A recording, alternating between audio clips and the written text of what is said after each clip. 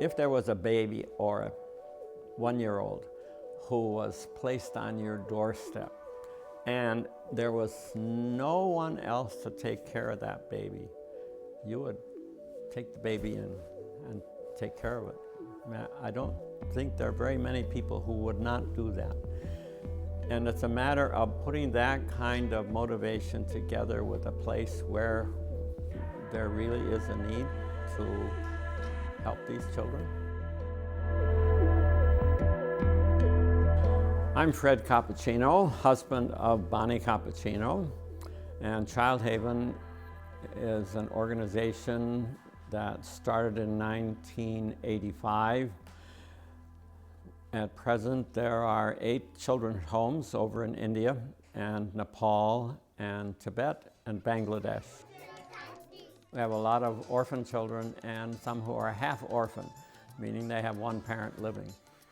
But if they are getting one good meal a day, they are too well off to come to us. They're not needy enough to come into our program. Well, before Child Haven, my wife and I, myself mostly as an anxious spectator to what she was doing, but in our own family, we adopted 19 children, which is too many. I don't recommend that people do that, although they all turned out well. But it was a difficult thing for the poor father in that case. Anyhow, to do that, we were working with some other people. We started some orphanages in India and Bangladesh and in Vietnam. So with that organization, before Child Haven, we brought many hundreds of children for adoption to Canada. And so I think Bonnie felt that, well, 21 kids, we had 2 born to us, 21 kids was enough, and when they grew up, she still had some energy, so that's when we decided to do something overseas. I think the best explanation is that my wife has this incurable ailment called babies on the brain, and she has to be around babies, and so it's really very simple. That's what she wanted to do, and I've been stuck with her for 56 years, and so I want to do it also. And it's like living in a cyclone, but it's exciting.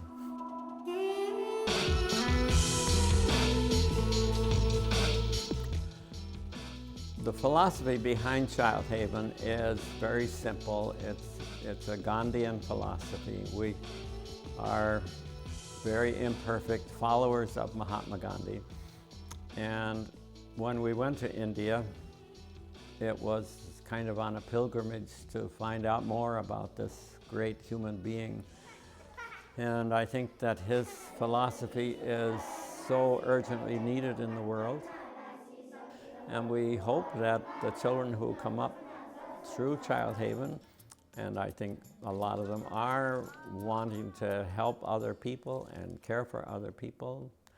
We had one girl who came to us as a very destitute orphan. Now she's a nurse and she's helping people, and we're quite proud of it. We're several who are doing that.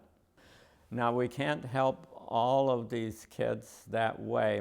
We do provide vocational training. So most of them get some kind of training, either welding or secretarial or tailoring or hotel management kind of thing.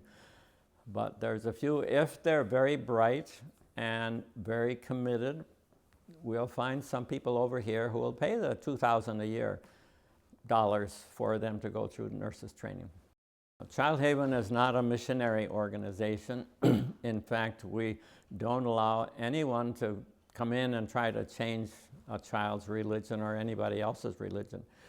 If a child is Muslim, they retain that religion, and Hindu and Buddhist, and we have some who are tribals, and we can't really raise a child in in the religion, but we try to respect the religion and encourage them to study the religion as they go up.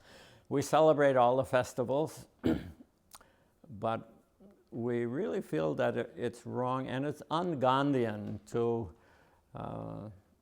try to convert people. Mahatma Gandhi told the missionaries, instead of talking and trying to convert people, you should smell like a rose.